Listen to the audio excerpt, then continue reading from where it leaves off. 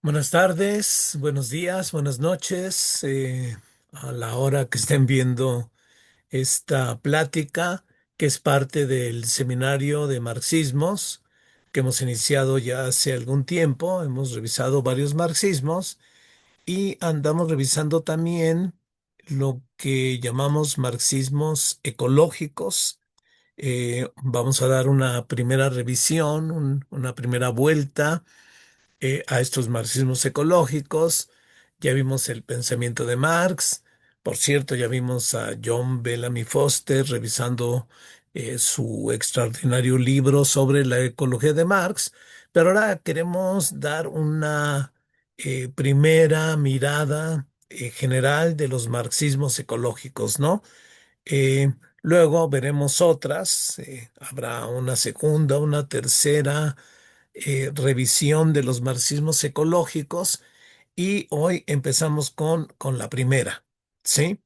Eh, un poco también dando continuidad a otras pláticas que hemos tenido aquí en estos seminarios de marxismos, ¿no? Y una primera cuestión al hablar de marxismos ecológicos eh, es la pregunta sobre si realmente hay marxismos ecológicos, ¿no? Hay quien piensa que el marxismo centralmente se ha preocupado por la lucha de clases para acabar con el capitalismo, instaurar el socialismo, pero realmente tiene inquietudes ecológicas, tiene que decir algo sobre la cuestión ecológica. Se piensa que Marx, en realidad, ocupado en la crítica de la economía capitalista como arma contra el sistema, y una perspectiva revolucionaria, realmente se pregunta muchos si realmente se preguntó por la ecología, ¿no? Hay quien de plano, hay ecologistas que incluso ven a Marx como un enemigo de la ecología porque consideran que el marxismo en realidad ha estado ligado a este proyecto productivista, consumista, antiecológico, ¿no? En todo caso, hay debates sobre esto y nosotros tomamos una postura que me parece bien sustentada para defender la idea de marxismos ecológicos, ¿no? Pero, digamos, matizando esta cuestión, porque vamos a defender básicamente tres tesis, ¿no? La primera, que es un poco el principio de este seminario de marxismos, es que no hay un marxismo, ¿no? Hay muchos marxismos diversos, ricos. Hay una enorme cultura de los marxismos que fue clausurada de alguna manera con esta ofensiva neoliberal, ¿no?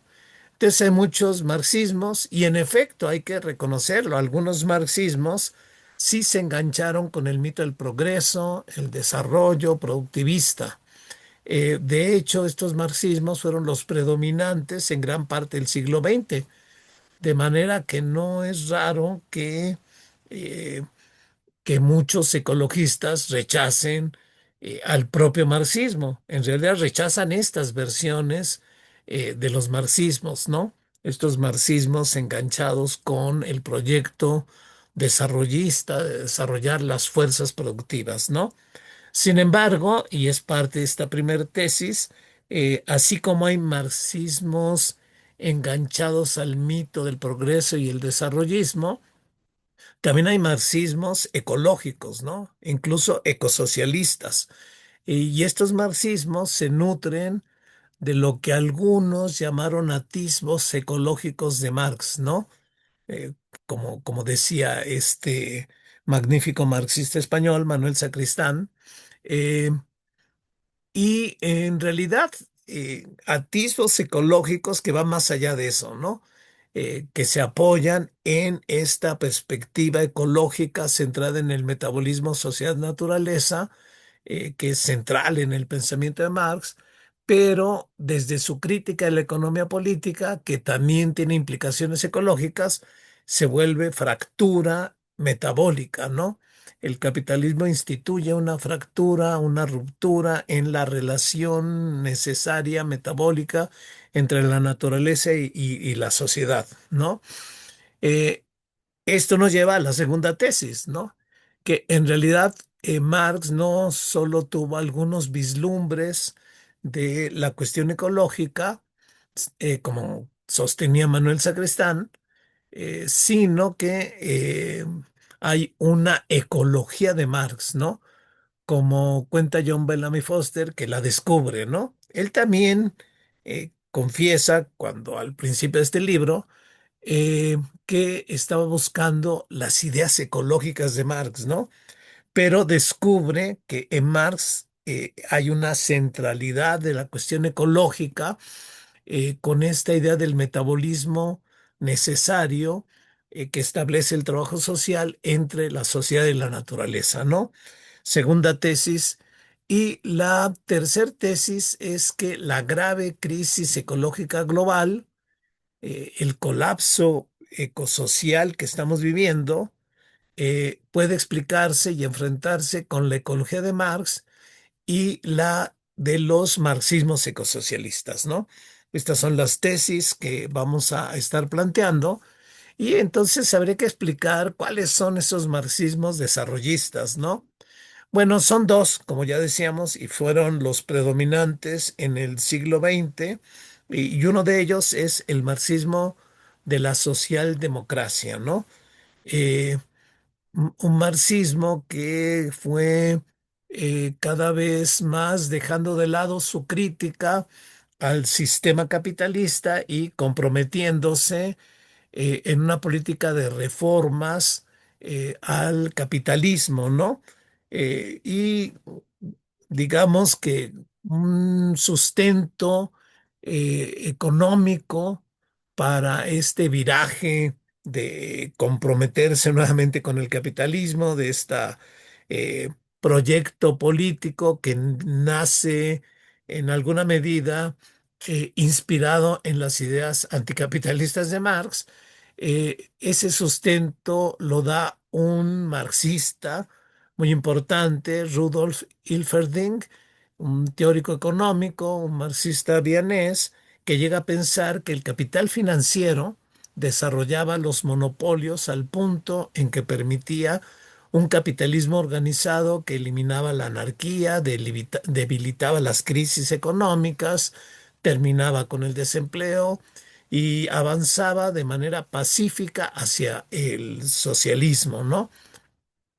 Esta propuesta, esta idea económica se complementaba con estas ideas reformistas, que se fueron desarrollando, políticas que se fueron desarrollando también en el seno de la socialdemocracia, ¿no? Visto desde nuestros años, podemos ver que esa hipótesis de Ilferding, bueno, está totalmente equivocada, ¿no? Por supuesto que el capital financiero ha sido un desastre para el propio capitalismo productivo, ¿no? Un desastre para, eh, digamos, la civilización actual, ¿no? De ninguna manera ha organizado al capitalismo. Seguimos con un capitalismo desgarrado, anárquico, irracional, de fondo, con crisis no solo económicas, sino financieras, comerciales, productivas, ecológicas, alimentarias, políticas, de conflictos interimperialistas que cada vez se recrudecen más, cada vez se repiten más, se engarzan una con otra, y configurar este panorama que hoy estamos viviendo, que todo apunta a que estamos viendo el colapso del propio capitalismo, ¿no? Sin embargo, este fue el sustento económico eh, que se aparejó con esta idea de que podemos introducir reformas al propio capitalismo para ir avanzando hacia el socialismo, ¿no? Podemos decir que antes del neoliberalismo, la socialdemocracia podía presumir que iban por buen camino. Estaba el Estado benefactor, el capitalismo había en efecto no solo creado empleo, había generado una serie de reformas sociales muy importantes, pero después del neoliberalismo podemos ver que esto fue una ilusión pasajera. El capitalismo arrasó, está arrasando al Estado benefactor, ¿no? Y ahora en esta etapa de crisis del propio neoliberalismo, vemos que el capitalismo sigue con esta tendencia bárbara, eh, movido, como ya hemos explicado en otras sesiones, como una fuerza enajenada y enajenante que funciona automáticamente para que el dinero se vuelva más dinero, explotando el trabajo y explotando a la naturaleza, ¿no? Eso es lo que mueve al propio capitalismo y en ese sentido no tiene límites, ¿no? Bueno, pero como quiera que sea, los socialdemócratas se comprometen políticamente a buscar reformas al capitalismo y tienen esta visión del propio capitalismo y se comprometen entonces con el desarrollo del capitalismo, ¿no? Se comprometen con esta idea de desarrollar las fuerzas productivas de modo que habrá más riqueza y entonces avanzaremos hacia el socialismo, ¿no? Un socialismo que decían ellos tenía que tener como base un amplio desarrollo del capitalismo y un amplio desarrollo de sus fuerzas productivas, ¿no? Bueno, este es un marxismo socialdemócrata, ¿no? Que llegó al punto de comprometerse tanto con el capitalismo que en Europa algunos de los primeros gobiernos que lanzan todo el proyecto neoliberal eran gobiernos socialdemócratas, socialistas, como luego se llaman ellos, ¿no? Aunque de socialismo solo tienen el nombre, pero en fin, este fue una cara del marxismo comprometido con la lógica capitalista, tanto a nivel político como a nivel económico, y comprometióse entonces con el mito del progreso, del desarrollo, ¿no? Del crecimiento, necesario crecimiento económico. El otro marxismo es el marxismo soviético. El marxismo, que a veces me dan ganas de decir que no es marxismo, pero bueno, viene del marxismo, se volvió ideología de la burocracia, del estalinismo, un marxismo simplificado al extremo, como también, por cierto, lo fue el marxismo de la socialdemocracia, un marxismo muy elemental, eh, pero en el caso del marxismo soviético se le fue quitando su filo crítico hasta volverlo un pensamiento dogmático que tenía dos expresiones, ¿no? De esto ya no se habla cuando se colapsó todo este sistema, pero tenía dos expresiones. Por un lado, el materialismo histórico, la ciencia de la historia, que ha fijado y conoce las leyes no solo del capitalismo, sino de toda la historia, ¿no? Que atraviesa varias etapas y se dirige hacia una etapa superior que es el comunismo, después de pasar por su etapa socialista, después de pasar por su fase capitalista, en fin, ¿no? Esta idea simplificada del materialismo histórico, que se complementaba con el materialismo dialéctico, ¿no? El materialismo dialéctico todavía era peor, ¿no? Porque planteaba que conocía las leyes de la materia, ¿no? Las leyes dialécticas de la materia, con la cual podía explicarse todo, absolutamente, ¿no? Eh, y había manuales de materialismo histórico, manuales de materialismo dialéctico, deterministas y finalistas, ¿no? Bueno, esta es su cara, digamos, teórica del marxismo, pero es un marxismo soviético que en este debate que tiene con el marxismo revolucionario, eh, un debate que en sus principios es un debate con Trotsky, ¿no? Eh, revolución permanente o socialismo en un solo país, ¿no? Y ahí empieza una primera deformación de la idea del socialismo. El socialismo es un sistema internacional, no puede desarrollarse en un solo país y mucho menos en uno de los países más atrasados económicamente, como era la Rusia de aquellos años, ¿no?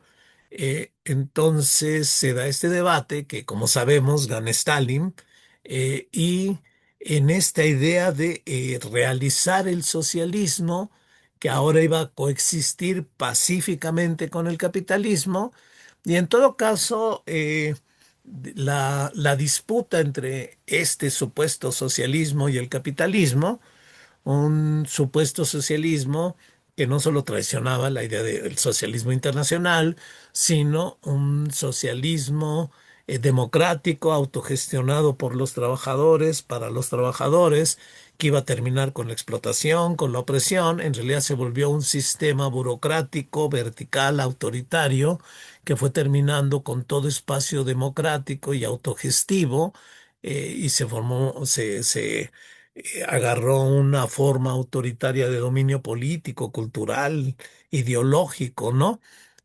Totalitario, dicen algunos, ¿no?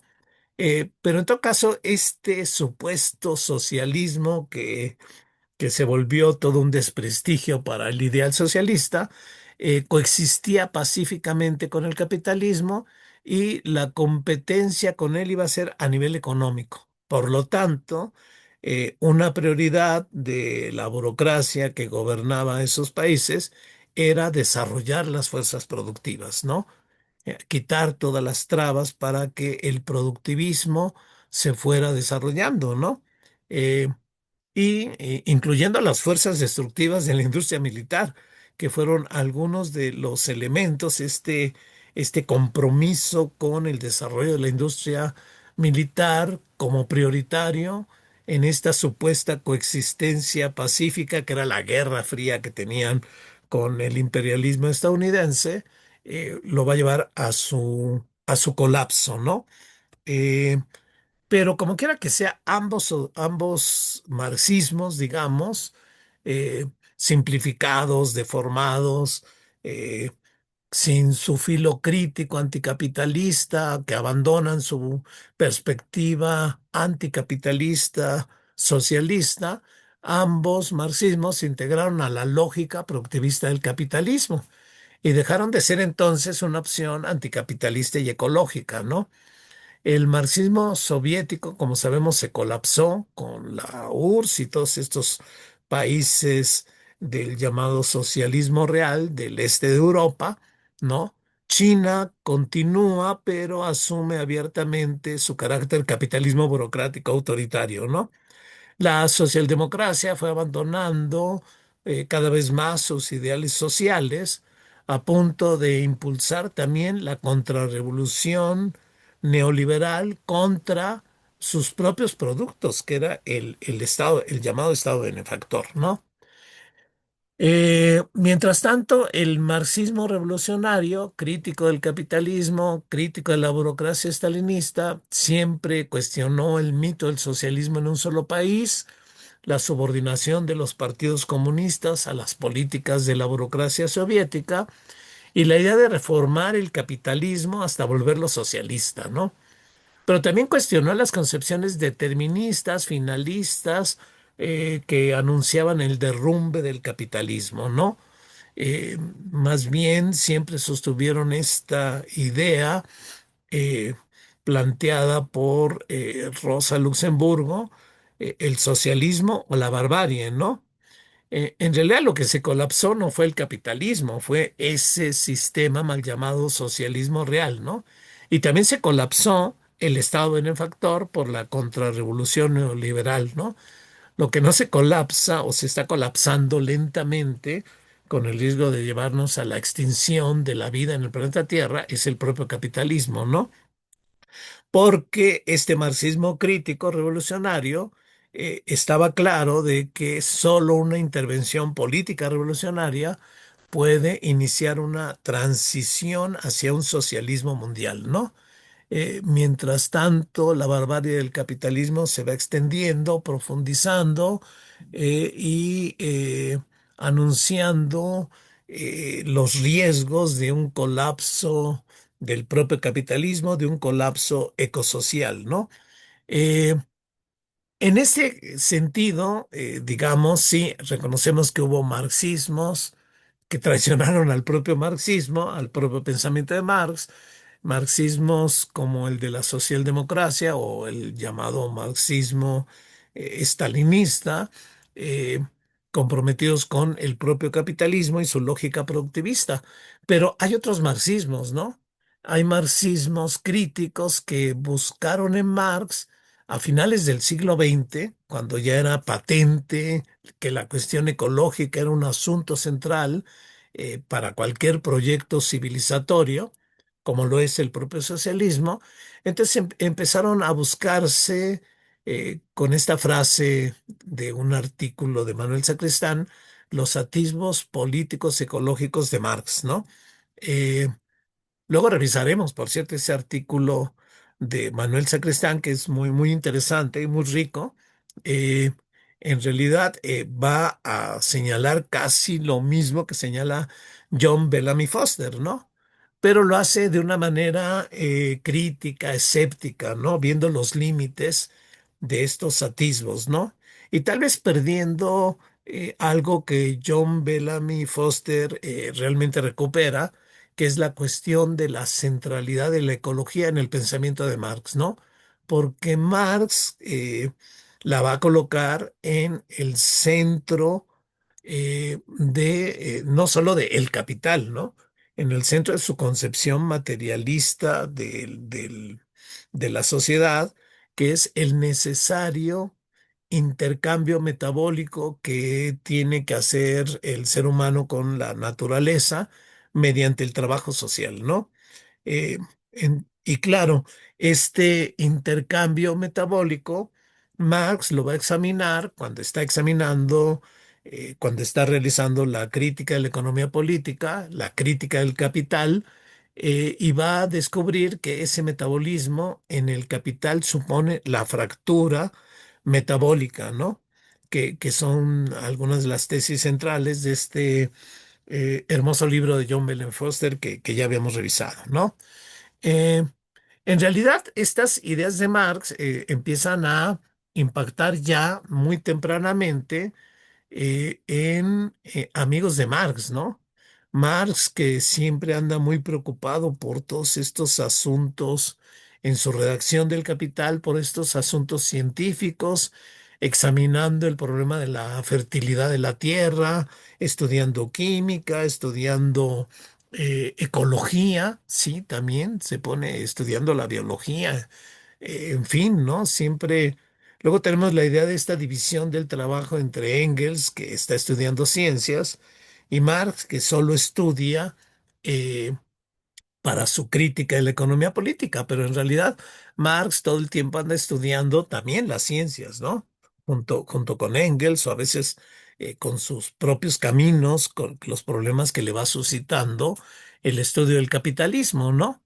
Entonces tiene amigos, un biólogo inglés, Edwin Ray Lancaster, darwinista. Recordemos que Marx, Engels, quedan muy impresionados por estos libros que empieza a sacar Darwin, El origen de las especies, se emocionan mucho.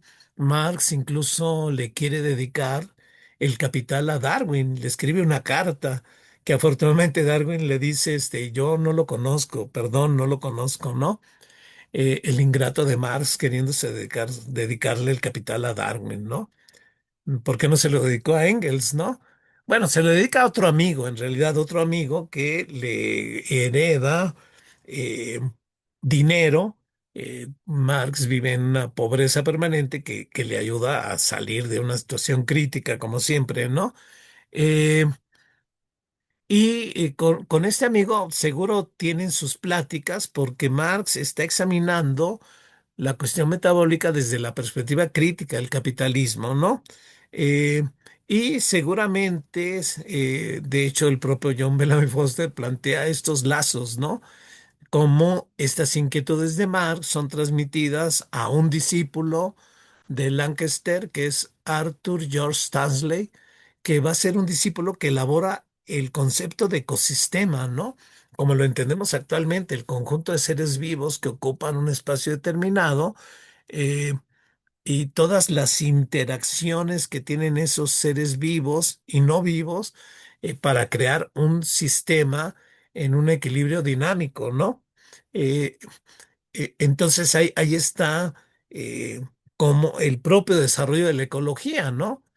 La ecología es algo que se va generando eh, desde finales del siglo XIX, siglo XX.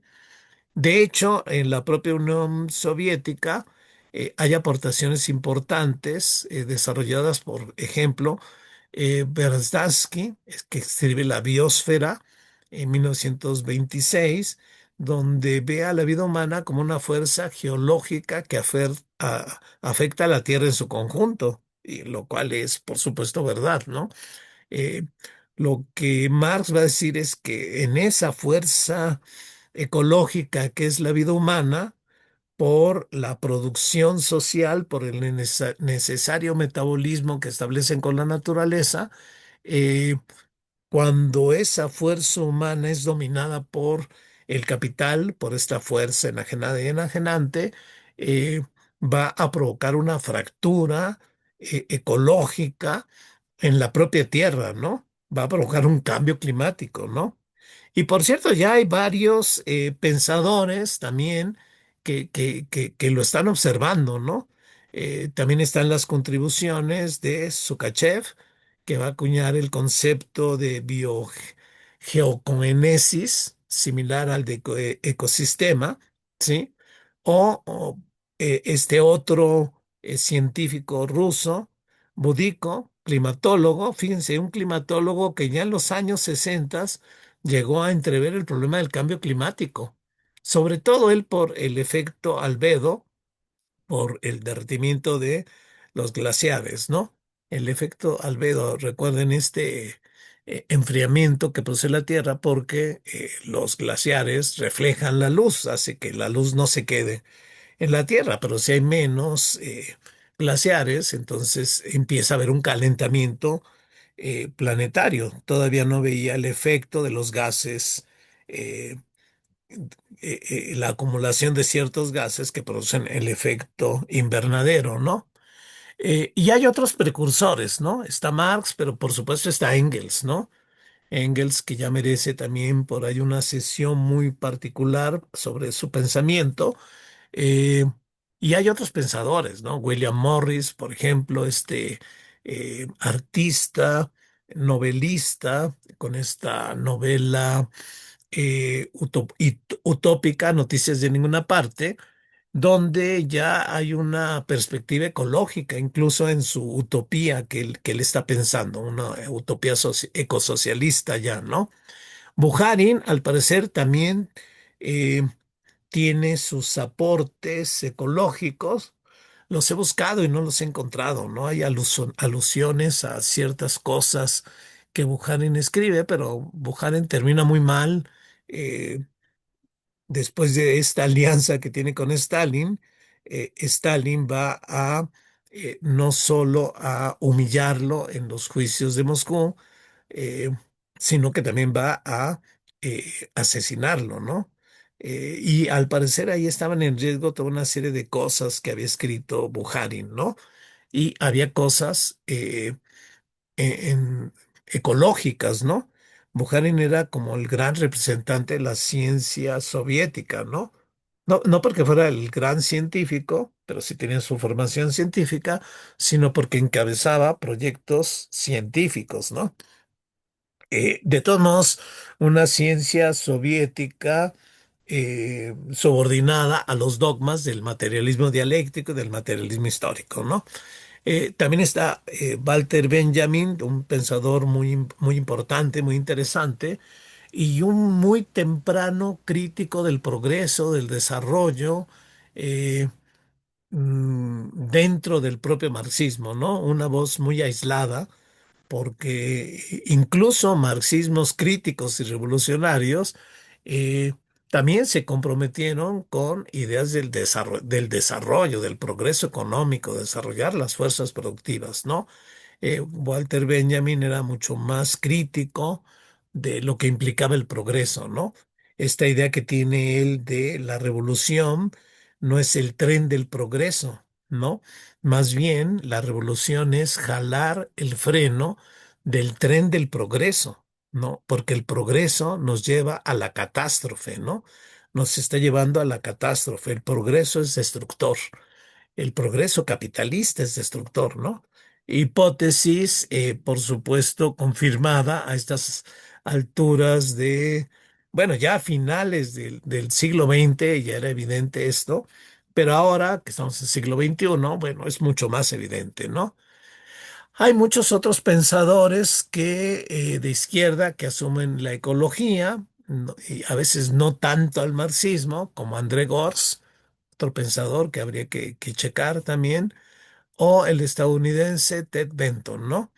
Y tal vez no asumen el marxismo porque hay una cara del marxismo, esta de los socialdemócratas, esta del estalinismo, que bueno, cualquiera quisiera tomar distancia de esos marxismos, ¿no?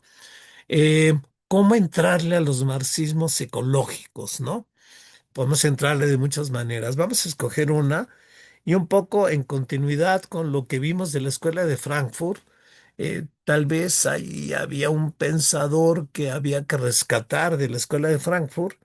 Lo que pasa es que no es de la primer generación de la escuela de Frankfurt, pero tampoco es de los que van a tener mucha, eh, digamos, brillo en las otras generaciones de la Escuela de Frankfurt, ¿no? No va a ser director de la Escuela de Frankfurt como Habermas, ¿no? Pero sí es y Habermas con este también distanciamiento del marxismo, ¿no? Para irse a su proyecto de la comunicativo, ¿no? Este abandono de el paradigma de la producción por pasar al paradigma de la comunicación, ¿no? Como formas, por cierto, va a decir Habermas, de, eh, de, de justamente darle sustancia a la ilusión de la democracia liberal, ¿no? Al autor al que nos referimos es Alfred Schmidt, ¿no? Un estudiante de la Escuela de Frankfurt que luego se va a volver maestro en el instituto y que escribe algunos libros muy importantes, ¿no? Un libro sobre Feuerbach, La sensualidad emancipada, una crítica al estructuralismo marxista en particular, y un libro que de pronto se vuelve importante para la reflexión ecológica, que es el concepto de naturaleza en Marx, ¿no? Este libro es un libro en realidad académico, filosófico, como lo dice, ¿no? El concepto de naturaleza en Marx, ¿no? En realidad está interesado este libro en determinar el carácter no ontológico del marxismo, ¿no? O sea, romper con del materialismo dialéctico, ¿no? Es un materialismo práctico crítico, ¿sí? En ese sentido, también toma distancia de esta hipótesis engelsiana de la dialéctica de la naturaleza, ¿no? Y el concepto de naturaleza en Marx es el punto de partida de la unidad hombre-naturaleza mediada por el trabajo social, ¿no? También a partir de esto, dar una serie de luces sobre la teoría del conocimiento en Marx. O sea, es un libro que es parte de este proyecto frankfurtiano. De hecho, creo que es Horkheimer el que le dirige esta tesis. Y solo en un apartado de este libro se ocupa del metabolismo social, ¿no? Rescata este concepto de intercambio orgánico o metabólico entre el ser humano y la naturaleza, mediado por el trabajo social, y según él nos remite a una fuente principal que es Jacob Moleschott, ¿sí? Ahorita hablaremos de él, ¿no? Entonces, la naturaleza, la materia, ¿no? La naturaleza es el sustrato material, es diversa, es concreta, tiene sus leyes físicas, químicas, biológicas, y esta naturaleza es humanizada por el trabajo que necesariamente eh, es el que media el intercambio metabólico, ¿no? Tomar materia, energía, darle una forma de valor de uso, circular para que sea consumida y excretar, ¿no? Entonces, este es el metabolismo, tomar y devolver, ¿no? Y se requiere para que exista la vida humana, este metabolismo entre sociedad y naturaleza. Esto lo dice Marx, no lo dice Alfred Smith. Alfred Smith está examinando qué dice Marx sobre la naturaleza y esto es lo que dice Marx, ¿no? Eh, de pronto él también descubre el concepto de metabolismo, ¿no? El metabolismo como un concepto central en Marx, que viene de la ecología. ¿De dónde lo toma Marx? Se pregunta Alfred Smith, ¿no? Bueno, entonces ha estudiado a Marx, sabe que Marx conoce a Jacob Moleschott, un ecologista decimonónico, ¿sí?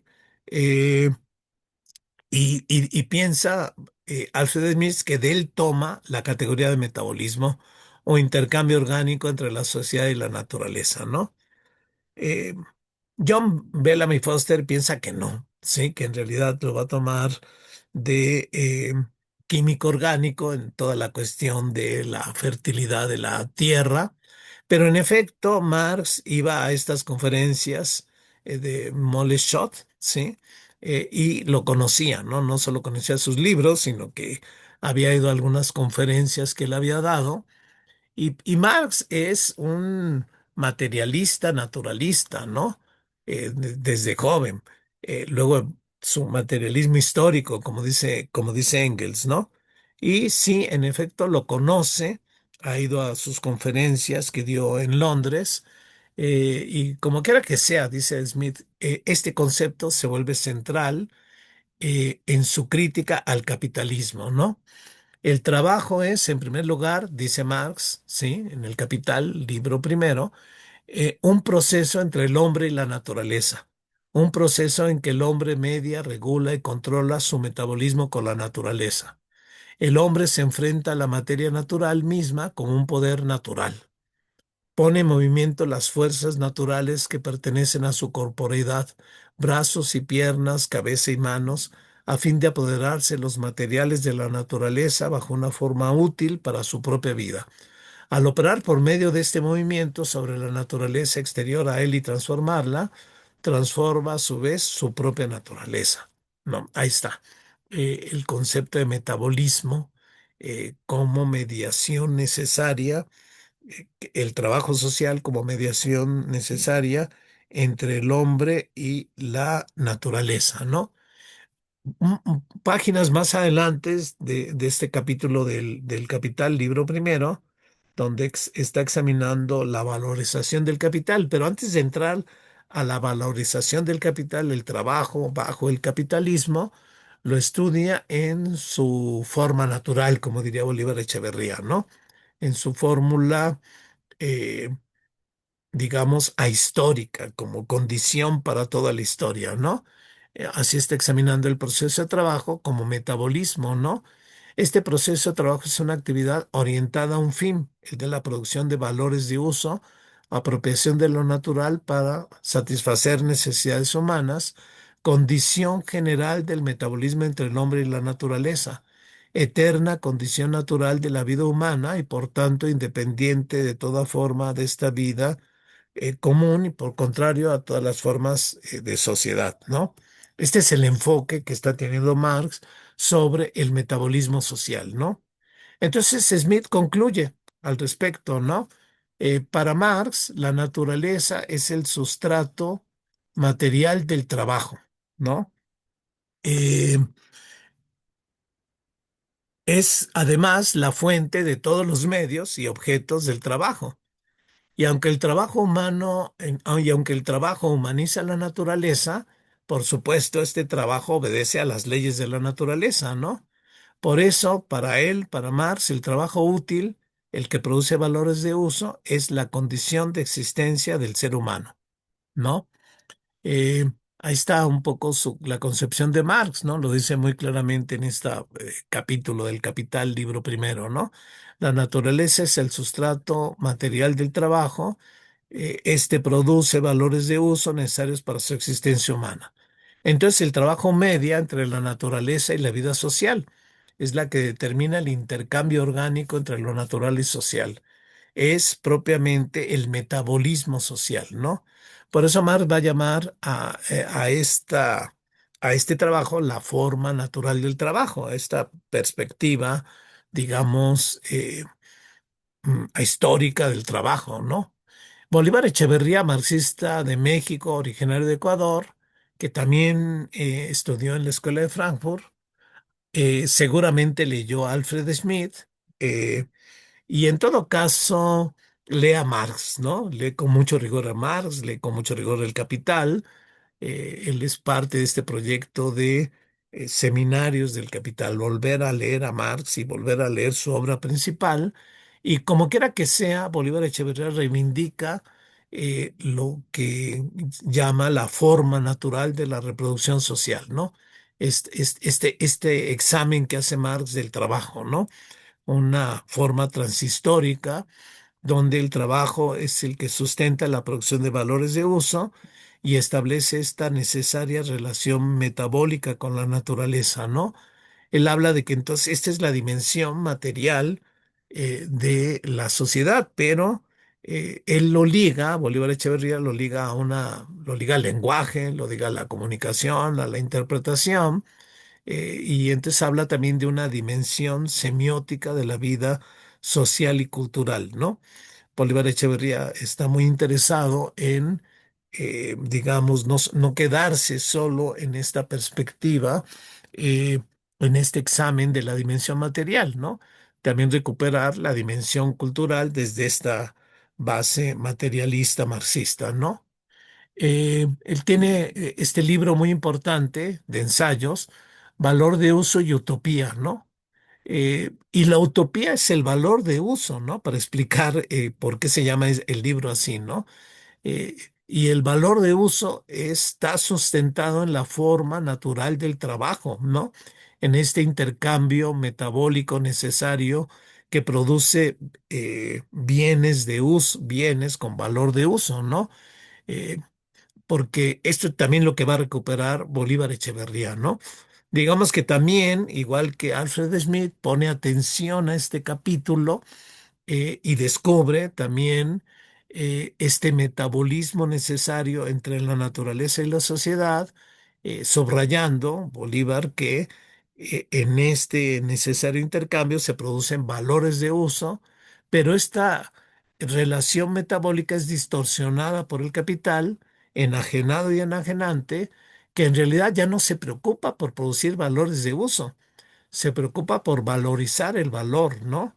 Por producir ganancias, por que el dinero se vuelva más dinero, por extraer plusvalía, por explotar el trabajo humano y a la propia naturaleza, ¿no? Y en ese sentido, distorsiona la forma natural que tiene la producción, eh, que produce valores de uso. Por eso usa este concepto de forma natural del valor de uso como crítica al capitalismo. Y la utopía socialista sería digamos, el restablecimiento del valor de uso como reorganización de la sociedad, lo cual supone ir más allá del capitalismo, ¿no? En ese sentido, va a decir Bolívar Echeverría que la modernidad se caracteriza porque hay un desarrollo de fuerzas productivas que pueden terminar la escasez, ¿no? Hay escasez en el mundo moderno, pero esa escasez es artificial y es producida por el capitalismo, por este afán de valorizar el valor, ¿no? Entonces, terminar con esa escasez artificial es también restituir la forma natural, ¿no? O sea, una producción eh, donde los trabajadores gobiernan el metabolismo social, restituyen esta forma natural del trabajo que produce bienes con valor de uso, ¿no?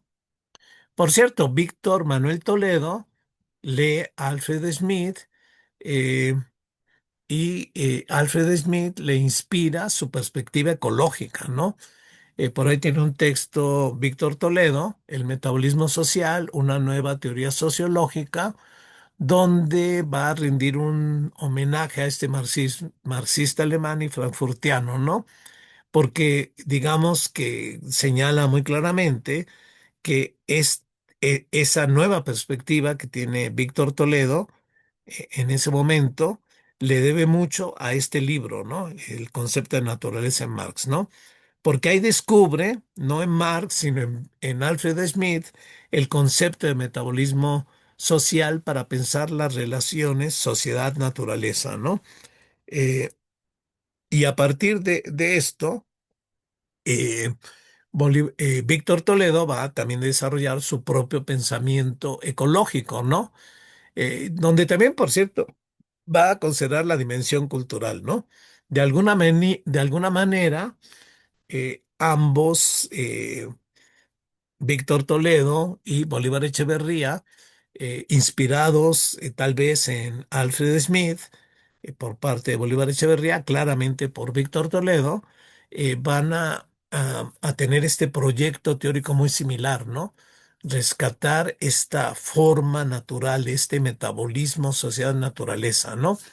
Eh, Bolívar Echeverría está más preocupado en rescatar una interpretación de Marx y apuntar a esta utopía de Marx, ¿no? Centrada en el valor de uso, ¿no? La de Toledo en realidad está más preocupada por una mirada y una praxis ecológica, ¿no? Ya veremos más adelante a Víctor Toledo, que sería de alguna manera un ecologismo de alguna manera inspirado en Marx, ¿no? Tal vez no un marxismo ecológico, pero sí un pensamiento ecológico potente inspirado en Marx, ¿no? Entonces Alfred Smith escribe este libro, ¿no? Y el libro es leído así, porque no solo tiene un impacto en Víctor Toledo, muchos que lo leen son impactados, rescatan el concepto de metabolismo social, de modo que Alfred Smith escribe un prólogo al libro donde aborda la crítica ecológica marxista, ¿no? Yo recuerdo que leí el libro en una de sus primeras ediciones y no estaba el prólogo, ¿no? El prólogo luego lo descubrí, por cierto, en una revista dialéctica que sacaba en la Universidad de Puebla y me asombró este prólogo al libro de Alfred Smith, ¿no? Eh, Porque dice, bueno, cuando yo publico este libro, todavía no se hablaba de crisis ecológicas, ¿no? Desarrolladas en relación con el desarrollo capitalista, ¿no? Como quiera que sea, aclara Alfred Smith, él había sido formado en la teoría crítica de la Escuela de Frankfurt, sobre todo las primeras generaciones, y había leído la dialéctica de la ilustración de Adorno y Horkheimer, que critican la racionalidad instrumental, el progreso capitalista, y probablemente había leído los textos ecológicos de Marcuse, que también son muy significativos, ¿no? Eh, y por supuesto, le ha leído a Marx y a Engels y reconocen ellos que son críticos del progreso, ¿no? Eh, entonces es como una primer postura, ¿no? La crítica al progreso, porque es algo que luego injustamente se piensa que Marx y el propio Engels eh, se subordinan también, se ilusionan también con el proyecto eh, del progreso, del desarrollo, ¿no? El desarrollo de las fuerzas productivas, ¿no? Y en efecto, en el Manifiesto Comunista, una cosa que va a plantear es lo que ha hecho el capitalismo, poner las bases para una sociedad superior, que es el socialismo y el comunismo, ¿no? Pero ¿qué ha hecho el capitalismo? Ha desarrollado las fuerzas productivas, ¿no? Con esas fuerzas productivas ha sojuzgado a la naturaleza, ¿no? Ha promovido un desarrollo técnico, ha comunicado al mundo entero, ha generado un mundo cosmopolita, ¿no? Eh, o como que uno sospecha que es una loa al propio capitalismo, ¿no? eh, esto es positivo, ¿no? Pero por otro lado es muy crítico al progreso económico y tecnológico del capitalismo, ¿no? Eh, Engels igualmente, ¿no? Engels señala que toda idea de progreso es contradictorio, ¿no? Tiene avances y tiene regresiones, ¿no? Marx incluso distingue entre el progreso humano y el progreso capitalista. Y por cierto, construye una imagen siniestra del progreso capitalista, ¿no? El progreso como el ídolo pagano que solo quiere beber el néctar en el cráneo del sacrificado, ¿no? Esto lo está rescatando Alfred Smith en esta reflexión ecológica que, que le está añadiendo a su libro El concepto de la naturaleza en Marx, ¿no? Entonces Marx, dice Alfred Smith, siempre va a reconocer que el progreso está enajenado y siempre beneficia a unos cuantos y perjudica a la mayoría, ¿no? Para Marx, de hecho, pudiéramos especular todavía más, este Marx que empieza su crítica a la economía política, su crítica al capitalismo en los manuscritos de 1844. Hay un pasaje que siempre me llamó la atención. Él está describiendo la enajenación eh, en el capitalismo, pero él sabe que la enajenación ha sido parte de la historia humana, ¿no? Entonces se pregunta sobre el sinsentido de la historia humana, eh, porque ha sido una historia de la enajenación, ¿no? Sus creaciones, la división social del trabajo, el Estado, el capital, se han vuelto ajenas y hostiles a sus creadores, ¿no? Sus productos enajenados impiden el libre desarrollo de sus potencialidades humanas, ¿no? Sin embargo, Marx va a rechazar digamos, la nostalgia a estados precapitalistas, ¿no? Donde se apropiaba la naturaleza, porque igualmente ahí había enajenación, ¿no? Entonces dice Marx en un momento dado, eh, cómo darle sentido a esta historia de la enajenación, pues instituyendo el comunismo, ¿no? Cuando dice el comunismo es el fin de la historia, no es un concepto teleológico de la historia, ¿no? En realidad es el intento de resolver una pregunta que se hace Marx, el sinsentido de una historia de la enajenación. ¿Cómo la historia humana puede cobrar sentido? Bueno, instituyendo una sociedad que ha terminado con toda la enajenación, que es el comunismo, ¿no? Una sociedad que no solo procura la satisfacción de necesidades básicas, sino también de las necesidades humanas, ¿no? La reconciliación de la esencia humana con el individuo, de los humanos entre sí, de la comunidad y el individuo, de la sociedad con la naturaleza, ¿no? Eh, y estoy aludiendo a un pasaje de Los Muy Juveniles, manuscritos económicos de 1844, ¿no? Eh, claro, en una perspectiva más allá de estos escritos, vemos que el capitalismo implica la enajenación total, ¿no? Esto también lo va a decir en otros escritos el Marx Maduro, ¿no? El capitalismo se ha apropiado de toda la naturaleza, ¿no? Aquí sigo, vuelvo con Alfred Smith, ¿no? Hay una apropiación universal de la naturaleza con la mundialización del capitalismo y la naturaleza se ha vuelto un objeto dominado para impulsar el productivismo. La naturaleza es una cosa puramente útil, sin poder por sí, cuyas leyes naturales pueden ser negadas, ¿no? Y como el dinero es el único que vale en el capitalismo, la naturaleza es despreciada o incluso violada. Aquí Alfred Smith está parafraseando al propio Marx, ¿no? Y dice Marx, el dinero es el valor general de todas las cosas constituidas en sí, constituido en sí mismo. O sea, que le ha arrancado a todo el mundo, sea humano o natural, el valor que le caracterizaba, ¿no? O sea, lo único que vale es el dinero, lo demás no vale, ni las vidas humanas ni la naturaleza, ¿no? Bajo el dominio de la propiedad privada y el dinero, la actitud frente a la naturaleza es su desprecio real, su violación de hecho, ¿no? Palabras durísimas de Marx, eh, pero reales, ¿no? Esta es la lógica del propio capitalismo, ¿no? Entonces, Marx va a tomar el concepto de metabolismo para criticar el propio desarrollo capitalista, ¿no? Eh, Fíjense, Marx no solo crítico del progreso, crítico del progreso, del desarrollo económico, pero también desde la perspectiva ecológica, ¿no? Porque este desarrollo capitalista sobreexplota y agota los recursos naturales, porque las urbanizaciones perturban la relación metabólica entre la sociedad y la naturaleza, esta eh, diferencia entre la ciudad y el campo, donde la ciudad explota el campo, pero no solo explota el campo, explota la naturaleza y no le devuelve a la naturaleza lo necesario para restituir el metabolismo, sino que intoxica y contamina todo lo que rodea las ciudades, ¿no?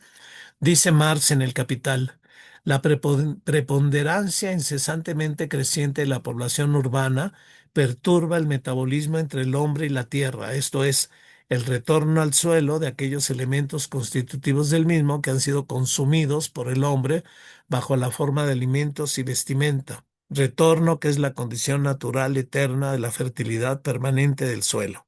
¿Sí? O sea, ya hay una clara preocupación ecológica en Marx. Alfred Smith no rescata el concepto de fractura, ¿no? Incluso dice, aquí tenemos el problema del reciclaje, ¿no? O sea, restablecer el ciclo natural perturbado por la intromisión del hombre. eh, y este problema del reciclaje es, Marx no lo plantea como reciclaje, lo plantea como el problema de la fractura metabólica que el capital provoca, ¿no? Eh, Tal vez ahí sea cuestión de traducción, como lo tradujeron, o tal vez Alfred Smith, en todo caso percibe el problema, ¿no? El problema del no reciclar, el problema de la fractura metabólica, ¿no? Entonces, dice Smith que Marx resume los resultados, su perspectiva ecológica, de la siguiente manera, ¿no? Al igual que la industria urbana, la fuerza productiva acrecentada y la mayor movilización del trabajo en la agricultura moderna se obtienen devastando y extenuando la fuerza de trabajo mismo. Y todo progreso de la agricultura capitalista no solo es un progreso en el arte de esquilmar al obrero, sino a la vez en el arte de esquilmar al suelo. Todo avance en el acrecimiento de la fertilidad de éste durante un lapso dado es un avance en el agotamiento de las fuentes duraderas de la fertilidad.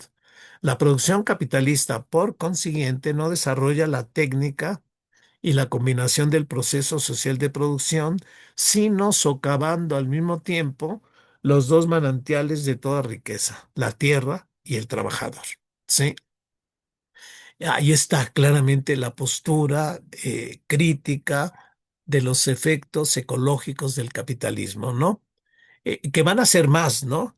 El progreso de la industrialización y la agricultura capitalista implica el agotamiento de los recursos naturales, estas fracturas de metabolismo social que tiene consecuencias desastrosas en la salud humana, ¿sí?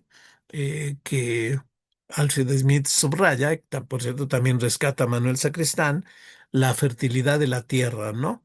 Porque Marx está apuntando que esta fuerza enajenante del capital socava a el trabajo humano, los trabajadores humanos y socava la naturaleza, ¿no? Afecta su salud, eventualmente los mata, ¿no? Tanto a los trabajadores como a los ecosistemas, ¿no? Las fuerzas productivas acrecentadas por el capital en la industria van extenuando y devastando, ¿no? El trabajo y el suelo. Entonces socava sus dos manantiales de riqueza, ¿no? Ahí está. Comenta Alfred Smith que Marx también estudia a Carl Nicolaus Frass, un agrónomo ecologista, que también tiene visiones críticas al desarrollo del capitalismo en la ecología, ¿no? Él dice que este desarrollo no consciente de los cultivos solo va a dejar desiertos, ¿no? Cosa cumplida en muchas regiones del mundo, ¿no? Y esto lo aplica justamente para el desarrollo capitalista que no es consciente, ¿no? Es un desarrollo que solo quiere valorizar el valor y no importa si va devastando pueblos, tierras, bosques, ríos, ¿no? Y por supuesto también hace la crítica a la ciudad y el campo, ¿no? Con todos los efectos que tiene. Engels, por cierto, también va a desarrollar estas ideas, ¿no? Él va a hablar de cómo esta urbanización solo trae contaminación del agua, del aire, de la tierra y el deterioro de la vida humana, ¿no? Eh, Plantea la utopía de fusionar la ciudad y el campo, ¿no? En realidad algo es más radical. Él plantea que ya no existan ciudades, ¿no? Las ciudades no tienen sustento ecológico, ¿no? Y plantea también que es imposible el dominio de la naturaleza, ¿no? Toda tentativa de dominarle siempre se revierte, dice Engels, ¿no? Entonces, con esta nueva perspectiva ecológica, Alfred Smith vuelve al concepto de la naturaleza en Marx, pero ahora ya no en esta perspectiva frankfurtiana, que digamos simplemente era eh, volver a un materialismo práctico crítico, distinguiéndolo del materialismo contemplativo. Ahora incluso distingue entre Marx y Engels, ¿no? Engels, hay una reivindicación a Engels, ¿no? Que reconoce que no es posible el dominio de la naturaleza, somos parte de ellas, dependemos de ello. Y plantea que Marx, según Smith, piensa que sí es posible esta idea del dominio de la naturaleza, ¿no? A mí me parece incorrecto. Marx siempre va a plantear que somos parte de la naturaleza, ¿no? Siempre insiste en la corporeidad, en que somos naturaleza y en esta crítica que hace a este intento de dominio, ¿no? En todo caso, esta crítica o esta distinción resulta injusta porque Marx está hablando de la fractura que instituye el capitalismo en el metabolismo entre la sociedad y la naturaleza, ¿no? Eh, Como quiera que sea, Alfred Smith parece al final de este prólogo reivindicar el materialismo feuerbachiano, ¿no? Que veía la naturaleza no solo como un objeto de apropiación productiva, sino como objeto de estética, ¿no? Por eso va a reivindicar incluso a Engels al final de su prólogo. Así concluye, ¿no? Heurísticamente es utilizable también la tesis de Engels de la naturaleza como conjunto integral, como sistema ricamente subdividido en sí, de interacciones recíprocas universales. Dentro de este sistema que se presenta en autoconstitución originaria, el intercambio del ser humano y la naturaleza mediado por la producción material constituye solamente una de las innumerables interacciones. Así, el hasta hoy vigente modo de pensar orientado a la praxis e historia humanas no se anula, pero sí se relativiza. El materialismo histórico dialéctico se amplía al materialismo ecológico. Este capta la dialéctica de las fuerzas productivas y las relaciones de producción, que esta dialéctica está envuelta y sustentada por una dialéctica elemental de tierra y ser humano, las ahistóricas condiciones previas de toda historia. Con ello se comprueba la idea de que el mundo constituye una unidad material. Mucho se ganaría si la humanidad, renunciando a un crecimiento ilimitado, pudiera prepararse para vivir venideramente en mejor armonía con el sistema de la naturaleza, ¿no? Hay una especie de reivindicación de la dialéctica de la naturaleza, pero vista en una perspectiva mucho más rica, ¿no? La dialéctica de la naturaleza engelsiana, ¿no? Que concuerda, por supuesto, con las propias ideas de Marx, ¿no? Faltaría decir que este materialismo ecológico que renuncia al crecimiento ilimitado para restablecer este metabolismo entre la sociedad y la naturaleza, requiere una sociedad postcapitalista, ecosocialista, ¿no? Eso no lo llega a decir Alfred Smith, ¿no? Pero con Alfred Smith tenemos el redescubrimiento del metabolismo social muy significativamente en Víctor Toledo, ¿no? Uno de los principales pensadores ecologistas de México, ¿no? Como les decía en este artículo, él mismo reconoce que leyendo a Alfred Smith redescubre el concepto de metabolismo social, como otros, ¿no? Ella cita a Marina Fisher Kowalski, también leyó a Alfred Smith y usa el concepto de metabolismo aplicado a la salud humana, al desarrollo social, cuantificar flujos de energía y materiales, ¿no? Dice Toledo, bueno, este concepto es muy útil porque podemos entonces examinar las entradas y salidas, ¿no? La apropiación y la excreción, las importaciones, exportaciones, eh, y puede ser un instrumento muy útil para estudiar justamente la ecología, esta interacción de la sociedad con la naturaleza, ¿no? Eh, entonces empieza a partir de esta idea de metabolismo social a plantear la dimensión material y la dimensión no material del metabolismo social, ¿no? Por eso me resonaba por ahí Bolívar Echeverría, ¿no? Él también va a reivindicar esta dimensión material y también este proyecto de una dimensión cultural, ¿no? La dimensión material es tal como la ha planteado Marx, ¿no? Este trabajo social que media la relación sociedad-naturaleza supone la apropiación, la entrada en la forma primaria, es la forma primaria del intercambio, ¿no? Primero nos apropiamos de materia y energía, ¿no? La transformamos, la modificamos para que sean productos apropiados, para que circulen, se consumen y excreten, ¿no? Ahora, esto se puede complejizar, es lo que hace Víctor Toledo, ¿no? En realidad elabora todo un modelo para examinar todos estos flujos, ¿no? Considerando diversas formas de apropiación, diversas formas de transformación y circulación, ¿no? Consumo rural, consumo urbano industrial, importaciones, en fin, ¿no? Como el consumo puede estar subordinado a ciertas formas de apropiación, transformación, circulación, etcétera, ¿no? Ahí está un poco el esquema de Víctor Toledo, eh, pero también levanta sobre este esquema de metabolismo social material esta dimensión material o intangible del metabolismo social, ¿no? Entonces aquí entra el armazón de signos, lenguajes, reglas, leyes, instituciones, ¿no? La cultura, ¿no? Hay una especie de hardware y se articula este software, ¿no? Esta parte cultural, ¿no? Y cada sociedad articula ambas dimensiones, ¿no? Para la reproducción y continuidad y consenso del propio sistema, ¿no?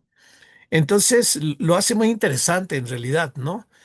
Porque empieza a distinguir diferentes campos del metabolismo social en el capitalismo, metabolismo social rural, urbano, industrial, ¿no?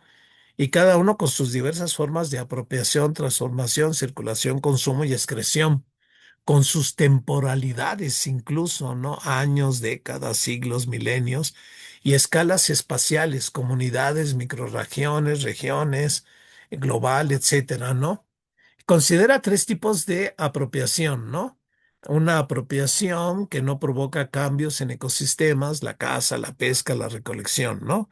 Eh, con un medio ambiente utilizado, ¿no?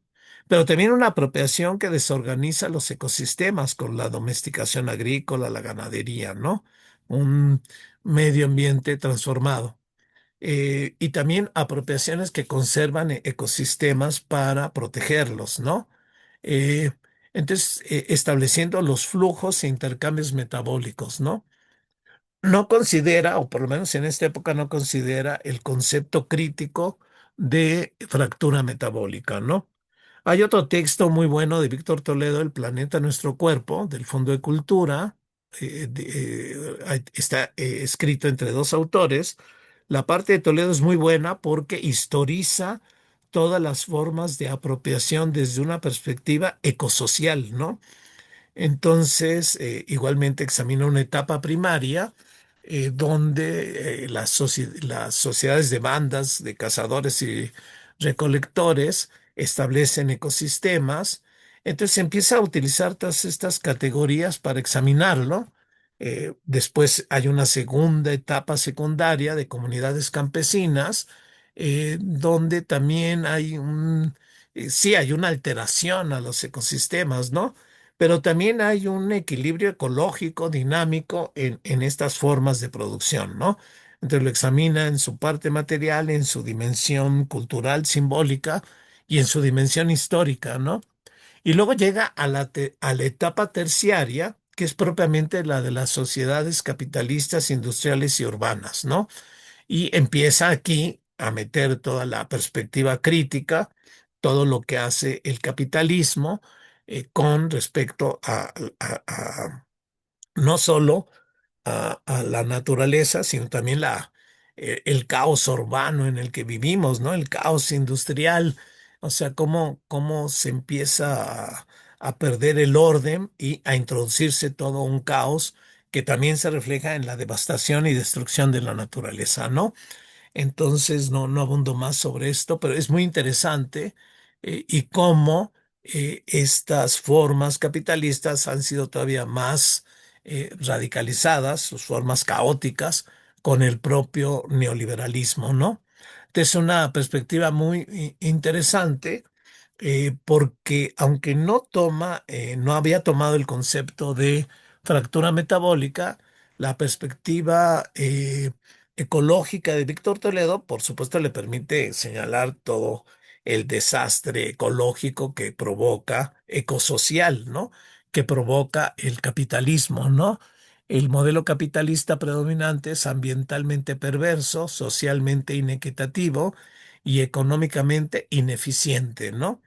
Eh, y hay una racionalidad económica basada en la eficacia, la productividad, la rentabilidad, que choca con la racionalidad social, basada en la justicia, la igualdad y el bienestar, ¿no? Pero también choca con la propia racionalidad ecológica, sustentada en la conservación, el mantenimiento y la recuperación, ¿no? Entonces, desde la perspectiva ecológica y desde el metabolismo social, es una perspectiva muy crítica al capitalismo. De hecho, es una perspectiva anticapitalista. El capitalismo no puede ser, no es sustentable para una vida digna, para una vida ecológica, ¿no? Eh, y en este sentido va avanzando hacia lo que él va a llamar una ecología política anticapitalista, ¿no? Esta la plantea en este libro, El ecocidio en México, eh, una nueva disciplina científica, la ecología política anticapitalista, que se basa en un pensamiento complejo, integrador, holístico, interdisciplinario, que une lo natural y lo social, ¿no? También un pensamiento crítico, pero crítico, cuestionador del capitalismo, cuestionador de estas relaciones del conocimiento y la cultura, ¿no? Que busca interpretar al mundo para transformarlo, para liberarlo, ¿no? Para hacerlo sustentable, ¿no? Entonces, esta ecología política que va armando Víctor Toledo, dice él, se basa en tres tesis, ¿no? La primera es que el mundo actual se está deslizando hacia el caos, hacia el colapso, ¿no? Por esta doble explotación del capital sobre la naturaleza y el trabajo, ¿no? Esta doble explotación debe ser examinada en una visión de sistema mundo, considerando la contradicción ecológica a escala global, ¿no? Se vive una crisis civilizatoria, va a decir Víctor Toledo, ¿no? El mundo moderno basado en el capitalismo, la tecnociencia, el petróleo, los combustibles fósiles, el individualismo, la competencia, la ficción democrática, la ideología del progreso y del desarrollo, lejos de procrear un mundo de equilibrio, está llevando a la especie humana, a los seres humanos, a todo el ecosistema global, a un estado caótico que implica eh, la devastación, ¿no? Y esto ya se está expresando, dicen, en tres procesos que implican este caos, este desorden, ¿no? El dislocamiento del ecosistema planetario con el cambio climático, ¿sí? O sea, en efecto, el capitalismo se volvió una fuerza geológica que provocó un cambio climático. Segundo, la enorme inequidad social mundial. 85 individuos concentran una riqueza superior a la mitad de la humanidad. 350 millones de personas, ¿no? El 1% más rico de la población concentra el 50% de la riqueza, ¿no? Y el 50% de la población solo goza del 1% de la riqueza producida, ¿no? Por otro lado está esta otra dislocación de las propias sociedades, ¿no? Del Estado, el sistema de justicia, la democracia electoral, la difusión del conocimiento, ¿no? Entonces, esta ecología política tiene esta perspectiva crítica y se plantea una salida al capitalismo, ¿no? Buscando una coexistencia social con la naturaleza y cuidarla en todos sus niveles, buscando transiciones hacia fuentes no fósiles, generando un poder social que vaya limitando y transformando a la propia sociedad, ¿no? Y lo continúa en otro libro, por ejemplo, este libro, Los civilizacionarios, ¿no? Repensar la modernidad desde la ecología política, ¿no? Ahí también va a exponer el impacto de la ecología política en América Latina, ya como una disciplina que sí tiene sus seguidores, centrada en las luchas de los pueblos rurales en defensa de su territorio, sus culturas y equilibrios regionales, ¿no? O sea, ya es una ciencia para el pueblo, es una ciencia para los pueblos, ¿no? La ecología política, ¿no? No es una ciencia para la academia, es una ciencia que quiere servir a los pueblos porque es una ecología que está cuestionando los mitos del desarrollo, progreso, crecimiento y todos los efectos negativos y está reivindicando las propuestas civilizatorias ecológicas de los pueblos originarios, como el buen vivir de Sudamérica o la comunalidad, por cierto, de Oaxaca, ¿no? Entonces, es un libro muy interesante donde valora a los pueblos originarios, ¿no? Porque está valorando a estos pueblos originarios como una fuerza civilizatoria. El capitalismo se encuentra en una crisis civilizatoria, va hacia el caos, va hacia el colapso. Lo que necesitamos es una fuerza civilizatoria, los civilizacionarios, ¿no? Que son, por cierto, toda esta fuerza de los pueblos originarios, ¿no? Que él va reivindicando estas luchas campesinas de pueblos originarios contra los proyectos de muerte y le anteponen los proyectos de vida, ¿no? Y estos proyectos de vida son proyectos emanados de la defensa del territorio. Y no solo defienden territorio, defienden también sus formas culturales, ¿no? Su memoria biocultural, el mundo rural, ¿no? Con sus procesos metabólicos sostenibles, ¿no? De hecho, está viendo que la gran alternativa civilizatoria está en el campo, está en estas luchas campesinas, ¿no?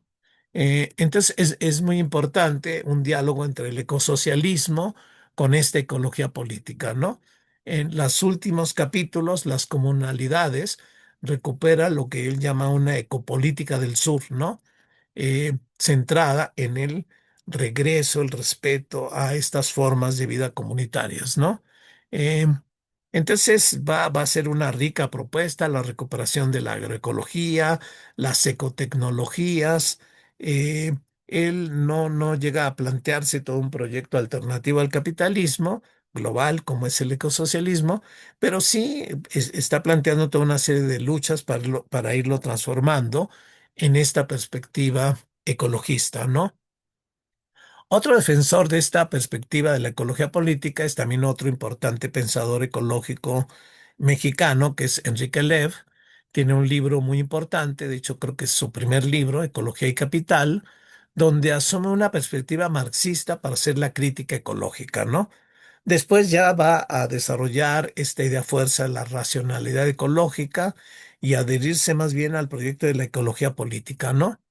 En Ecología y Capital, por ejemplo, él va a retomar esta perspectiva crítica del marxismo, de toda la tradición marxista,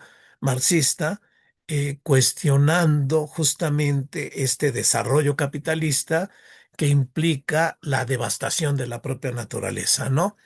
Entonces va a cuestionar el agotamiento de los recursos naturales, ¿no? También va a cuestionar cómo una ciencia subordinada al capital y una tecnología derivada de ella va a ser también una fuerza devastadora, destructora de ecosistemas, ¿no? E incluso lo va a plantear todo esto con, digamos, una perspectiva global, internacional, ¿no? Como los países que fueron subordinados en la división social del trabajo capitalista son países saqueados, ¿no? Su subdesarrollo está conectado con la degradación ambiental, con, digamos, siglos de extractivismo, de robo de sus riquezas naturales al punto de que este subdesarrollo de estos países colonizados viene justamente de este extractivismo ecológico, de este robo de naturaleza, ¿no? Será necesario también un diálogo con el ecosocialismo de esta ecología política, con Enrique Leff y sus muy importantes ideas de racionalidad ambiental, ¿no? Bueno, este es un camino. Otro camino, ya para ir avanzando más rápido, es el de, digamos, estadounidense, digamos, el impacto de la ecología en Estados Unidos y sus perspectivas marxistas, ¿no? Y tenemos a James O'Connor, director de esta revista Capitalismo, Naturaleza, Socialismo, que también va a retomar la crítica ecológica desde el marxismo, ¿no? Entonces tenemos esta revista eh, donde James O'Connor va a ser el director, y también tiene su libro muy importante, Causas Naturales, publicado en siglo XXI, donde subraya la importancia de las condiciones de producción y cómo el desarrollo capitalista las devasta, ¿no? Lo que va a llamar él la segunda contradicción del capitalismo. Por cierto, este marxismo de James O'Connor es inspirador del marxismo ecológico de otro importante marxista mexicano, Armando Bartra, ¿no? Que también alguna vez revisaremos sus obras, ¿no? Desde la perspectiva de James O'Connor, el capitalismo toma a la naturaleza como grifo o sumadero, dice él, ¿no? O sea, se ve a la naturaleza como grifo, una fuente ilimitada de recursos naturales, o como sumidero, un depósito de desechos, ¿no? El problema es, dice James O'Connor, que el desarrollo capitalista tiende a cerrar el grifo, a que se agoten los recursos naturales, pero también tiende a tapar el sumidero, el incremento inmanejable de la contaminación, ¿no? Entonces, cuando el capital reduce a la naturaleza a mero grifo, lo privatiza y mercantiliza para lucrar, ¿no? Cuando lo considera sumidero, lo deja al lado y lo transfiere a la esfera de lo público, ¿no? O de plano, el sumidero, los desechos contaminantes a los países tercermundistas, ¿no? Subordinados, colonizados. Eh, Mm, James O'Connor va a desarrollar la idea de la segunda contradicción del capital, ¿no? Eh, entonces Marx distingue entre fuerzas productivas, relaciones sociales de producción y condiciones de producción, ¿no? Este es como una nueva categoría que sí está en Marx, pero James O'Connor le da mucha importancia, ¿no? Estas condiciones de producción abarcan tres elementos, ¿no? La fuerza de trabajo, eh, que se vuelve mercancía con el capitalismo, ¿sí? Y por supuesto la explotación que recibe abre todo un espacio de conflicto social, ¿no? El trabajador que es explotado, es sometido, reducido a un objeto, ¿no? La tierra es la otra condición de producción, la entera naturaleza como condición física externa para la producción con su biodiversidad y ciclos de generación y regeneración, que también la vuelve mercancía, también la vuelve objeto y también la socava, la explota hasta el punto de destruirla, ¿no? Eh, y dice, bueno, así como el trabajo tiene que ser valorado, ¿sí? Así como los trabajadores tienen que ser valorados en su humanidad, también la naturaleza tiene que ser valorada como un bien común, ¿no? Como un bien que merece existir. Así como los trabajadores merecen una vida digna, la naturaleza también merece existir, merece el cuidado, ¿no? Las otras condiciones de producción se refieren a la infraestructura social y cultural, ¿no? Que configura las condiciones que posibilitan la producción, ¿no? Medios de transporte, espacio urbano, educación, ¿no? Igualmente, estas condiciones de producción tienden a volverse mercancías, a ser degradadas, pero igualmente se vuelven centros de conflicto social, ¿no? Estas tendencias de privatizarlas, de lucrar con ellas y, por cierto, degradar todos estos servicios, han provocado toda una lucha por defenderlas y que se mantengan públicas y que tengan calidad, por supuesto, ¿no? Entonces, está señalando la importancia actual de las condiciones de producción, ¿no?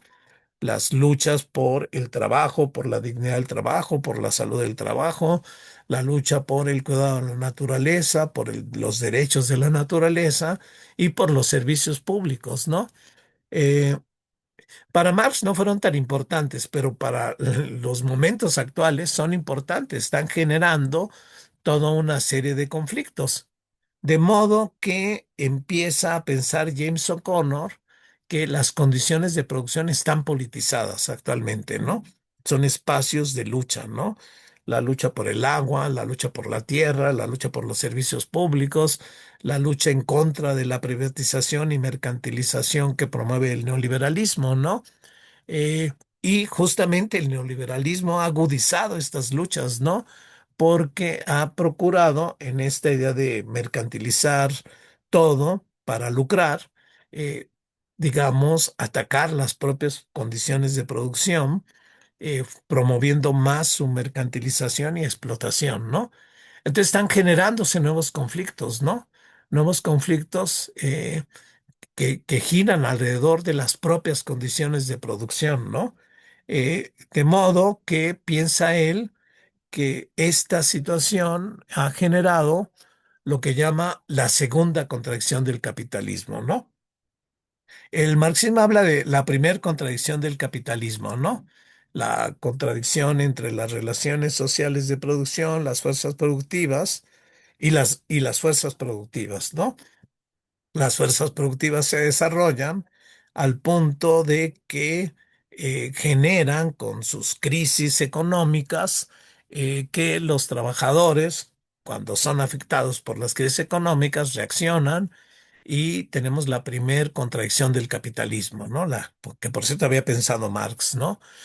La segunda contradicción que plantea James O'Connor es la contradicción entre las fuerzas productivas, las relaciones de producción que chocan con las condiciones de producción, ¿no? Entonces tenemos la primer contradicción del capitalismo, eh, donde hay una eh, producción en exceso de las fuerzas productivas que chocan con las relaciones de producción, porque la circulación frena esa producción excesiva, lo cual provoca crisis, desempleo, caída de salarios, miseria, eh, y aquí pueden reaccionar los trabajadores ante esta contradicción, primer contradicción del capitalismo. Reaccionan, pero el capitalismo también reacciona y produce reestructuraciones que implican más explotación, trabajo más flexible, precario, y la lucha continúa en esta primer contradicción, ¿no? Entonces, aquí nace un socialismo no ecológico, dice, ¿no? James O'Connor, que solo lucha por nuevas relaciones de producción donde éstas no estén dominadas por la propiedad privada de los medios de producción, ¿no? De modo que pueda haber una redistribución del trabajo y de la producción misma, ¿no? Eh, pero está la segunda contradicción, ¿no? Donde las fuerzas productivas y las relaciones sociales chocan con las condiciones de producción, lo que genera crisis de subproducción, dice James O'Connor, ¿no? Eh, ¿Por qué? Porque al chocar con las condiciones de producción, al chocar con la naturaleza, los ecosistemas, provocan deterioro ecológico. La fuerza de trabajo sufre daños físicos y mentales por la contaminación, la infraestructura, ¿no? Toda la infraestructura se va privatizando y se va lucrando con ello, ¿no? Generando también más miseria. Entonces empiezan a surgir nuevos movimientos sociales, ecologistas, urbanos, feministas, campesinos, indígenas, de trabajadores, ¿no? Ya que la afectación de las condiciones de producción implica desatención de la salud, seguridad, devastación, contaminación, etcétera, ¿no? Eh, por cierto, a esta subproducción, Armando Bartra le llama crisis de escasez, ¿no? Y entonces James O'Connor está observando que desde esta perspectiva ecológica, crítica, desde una perspectiva marxista, a cómo se está desenvolviendo la relación del capitalismo con las condiciones de producción, están surgiendo nuevas luchas sociales, ¿no? Y el socialismo tiene que volverse socialismo ecológico, ¿no? Planteando solución a estos nuevos problemas, ya no con una perspectiva meramente de, eh, digamos, atacar las propias relaciones sociales de producción, terminar con la propiedad privada, sino también, digamos, redefinir las propias fuerzas productivas, ¿no? eh, y poner en el centro las condiciones de producción, ¿no? Que es el propio trabajo, que es la naturaleza y son todos los servicios públicos que nos permiten tener una mejor vida o por lo menos sobrevivir o vivir, ¿no? Entonces lo que está detectando James O'Connor es que el capitalismo está atacando la vida, ¿no? El capitalismo, con esta segunda contradicción, chocando con las condiciones de producción, ni más ni menos que está acabando con la vida digna de los trabajadores y está acabando con la vida material de la propia naturaleza, ¿no?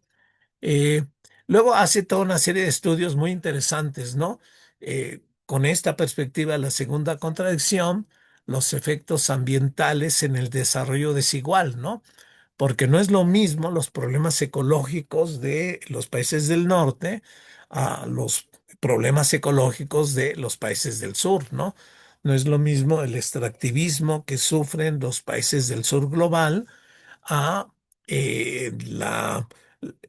digamos, las riquezas transferidas a los países del norte, ¿no? Entonces, nos da toda una serie de elementos para estudiar de manera desigual y combinada estas crisis ecológicas, ¿no?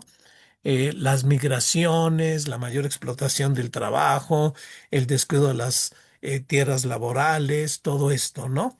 Entonces es una perspectiva muy, muy importante la que desarrolla James O'Connor, que por cierto, las ecofeministas interpelaron al propio O'Connor y a la revista, ¿no? Y esto porque en algún momento eh, James O'Connor ve algunas cosas de ecofeminismo y hace una crítica al propio ecofeminismo, ¿no?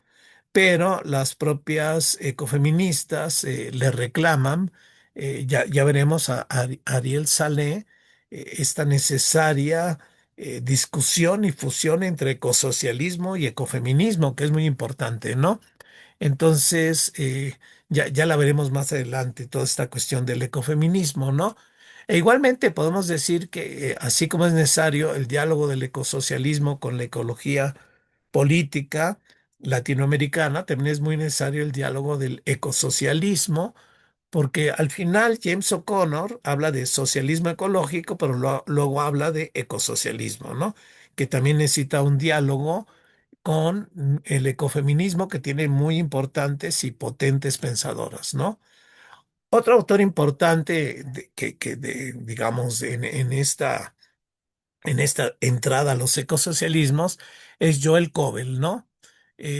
Ya murió, es psicólogo, psicoanalista, militante ecosocialista y tiene un libro muy importante que, que no se lee mucho, El enemigo de la naturaleza, ¿no? El fin del capitalismo o el fin del mundo, ¿no? Entonces, él habla de ecocatástrofe o ecosocialismo, ¿no? Ahora diríamos colapso o ecosocialismo, ¿no? En realidad, ese libro es una especie de juicio, ¿no? Es un juicio donde va a juzgar al propio capitalismo, ¿no? Y va a plantear que esa es la disyuntiva que tenemos actualmente, ¿no? La ecocatástrofe o el ecosocialismo, ¿no? Yo recuerdo haber traducido algunos de sus textos que mandé a Rebelión, un socialismo para una nueva época y por qué el ecosocialismo hoy, ¿no? Por ahí han de estar en Rebelión, ¿no? Entonces él plantea, él parte de esta idea, ¿no? O el capitalismo que implica muerte o el ecosocialismo que implica vida, ¿no? Eh, y está también su colaboración con Michel Logui en un manifiesto que fue muy importante en un momento dado, el manifiesto ecosocialista, firmado por los dos, ¿no? Por Joel Cobel y Michel Logui, ¿no? En una proyección muy importante que se estaba dando al propio proyecto ecosocialista, ¿no? Su libro es muy bueno, como les digo, ¿no? Es una crítica en estos términos, ¿no? El capitalismo nos lleva a la ecocatástrofe, nos lleva a la muerte, ¿no?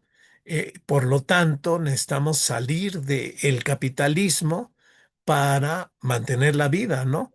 El capitalismo es el enemigo de la naturaleza, ¿no? El enemigo del pueblo, ¿no? Y entonces hace una especie de juicio, ¿no?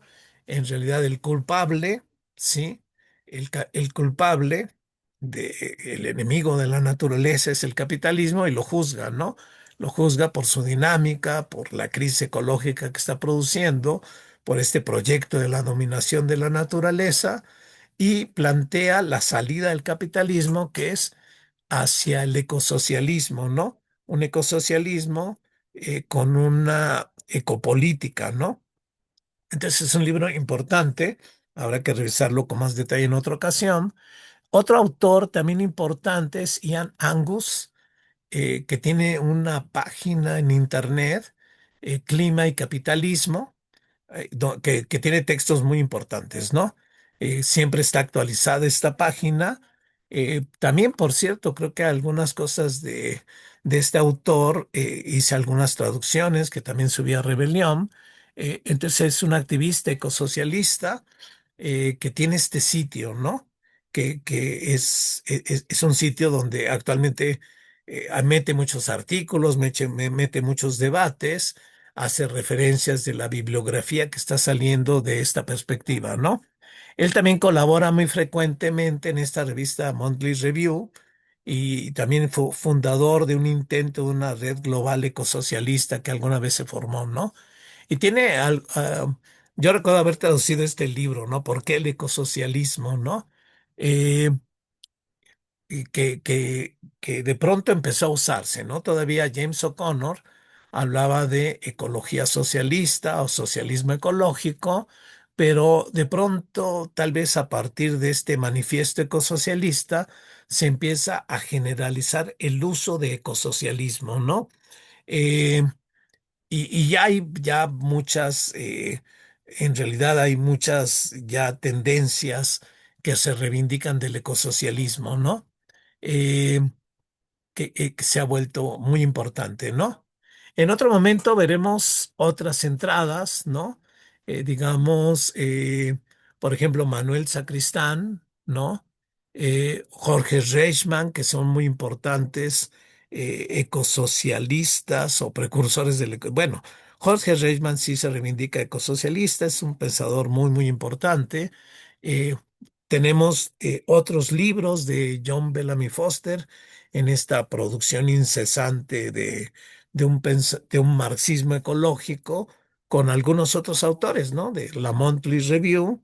Y habrá que ver también a otros muy importantes ecosocialistas que quieren llevar el ecosocialismo a la práctica, quieren volverlo, digamos, su estrategia política, eh, que son los marxismos de la Cuarta Internacional. Una Cuarta Internacional que en un reciente congreso se definió claramente como ecosocialista, ¿no? Entonces tenemos autores muy importantes, Logui, Daniel Tanuro, también Daniel Ben Said había avanzado en lo que él llamaba ecocomunismo, ¿no? Pero esos marxismos ecológicos los revisaremos en una próxima ocasión, y damos por terminada esta plática sobre ecosocialismos, marxismos ecológicos. Bueno, muchas gracias. Adiós.